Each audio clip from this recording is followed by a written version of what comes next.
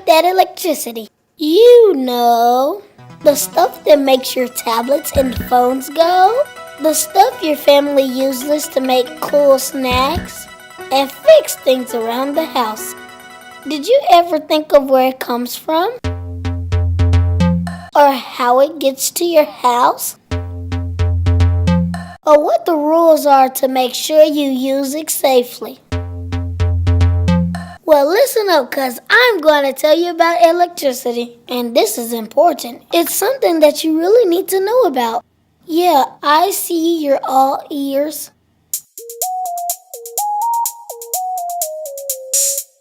Electricity is a man-made thing. Well, it does occur in nature. It's called lightning. Hey, that looks great, but you can't use it for much, except burning up stuff. Ooh, get the marshmallows. Anyway, electricity gets to your house through what is called the electric system. There are three main parts to this system: generation, transmission, and distribution. To start with, electricity is generated or created using one of two methods: thermal or renewable.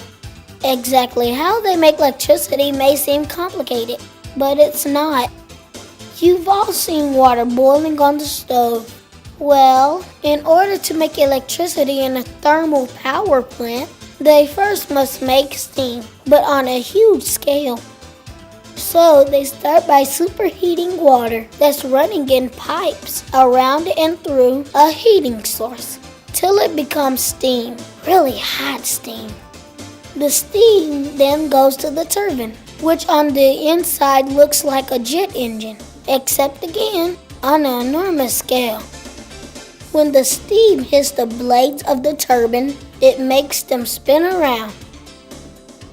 You get the idea. The turbine is connected by a shaft to the generator.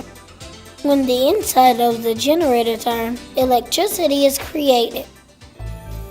Renewable generation does not make electricity from steam. Their generators are turned by water or wind. Hydro plants use the force of flowing water to create electricity. Their generators are located inside a dam. Wind generators make electricity from, well, the force of blowing wind. Duh! The giant blades are connected to a generator that is way up high in the nacelle. Solar generation is a bit different from all the others in that it doesn't have a spinning generator.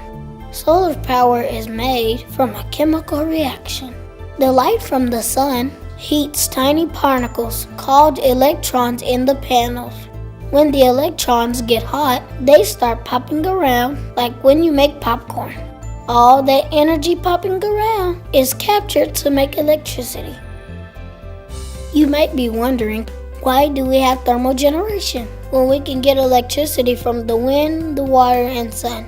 The answer is, we need electricity all the time, not just when it's windy or sunny. Thermal generation is always there, no matter what the weather. Except for solar, all other types of power plants create electricity from a piece of machinery called the generator. In big power plants, when it is made, electricity is very strong, around 18,000 volts. Volts is the way you say power when you talk about electricity.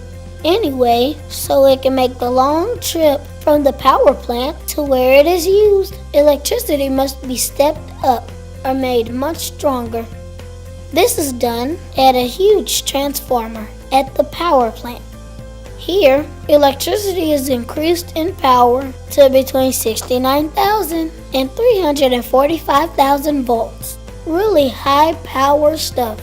Once this is done, electricity is ready to be transported to where it will be used, but that could be hundreds of miles away. This part of the electric system is called the transmission section. Think of it as a great big superhighway that carries electricity instead of cars and trucks. So anytime you see transmission lines, remember, they carry very high-powered electricity. After electricity travels along the transmission lines, it is getting close to where it will be actually used, like my house or your house. The part of the electric system between the transmission lines and where it is used is called the distribution section. Remember, when the electricity left the power plant, it was stepped up in volts or made very powerful for the long trip. Well, before it can travel through the distribution part of the system, it must be stepped down or made less powerful in volts. That's because it doesn't need to be as strong to travel through this part of the system. From its very powerful voltage in the transmission lines, electricity is stepped down at a place called the substation. Here is where it is converted to distribution voltage, normally between 2,400 and 24,900 volts. Now it is ready to come to your house.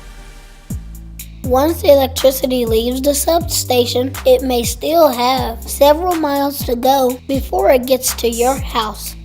The distribution part of the electric system can either be overhead lines like these, which everyone can see, or they can be underground lines, which nobody can see.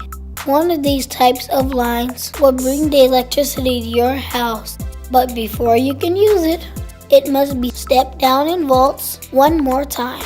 This is done at the transformer. Maybe you've seen one of these near your house. The transformer reduces electricity from the high voltage of the distribution lines to the 120 volts that powers most of the things in your house. Can you imagine how people lived before they had electricity? Me either. Well, now you know how electricity is generated, transmitted, and distributed. But when we started this movie, I said I'd tell you how to be safe around electricity. Okay, first, don't ever lift anything tall around overhead lines. Things like ladders, antennas, poles, anything.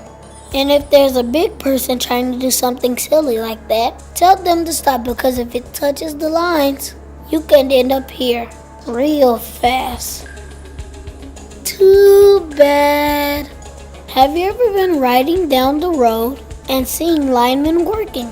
They always use extreme caution around electric lines, and they are professionals. I should know because my dad is a lineman. Remember, any contact with an electric line can cause instant death. You will remember that. Don't ever play near or in substations, and that includes flying kites near them because they contain very high voltage electricity. If you see a tree that has electric lines running through it, don't climb it. The tree can conduct electricity and you can get a real shock. If you ever see an electric line laying on the ground, maybe it got knocked down by a storm or something. Anyway, don't go near it. It could be energized. And remember, some linemen came to my school last week and showed us what kind of power these lines have. Get your attention, huh? Okay, so now you know you never mess with electric lines. Never. In your house, you also need to be careful with electricity. When you're in the bathroom, keep anything that plugs in, like tablets, phones, hair dryers, or flat irons, away from water. You could get a real shock. And if you got really little kids around the house, get your mom or dad to cover the sockets with these safety caps. And don't ever stick anything in them except the plug. Remember, electricity is really cool stuff, but it can mess you up bad if you're not careful around it. So the next time someone asks, hey, what about that electricity? You'll know where it comes from, how it gets to your house, and how to be safe around it. Right? Right.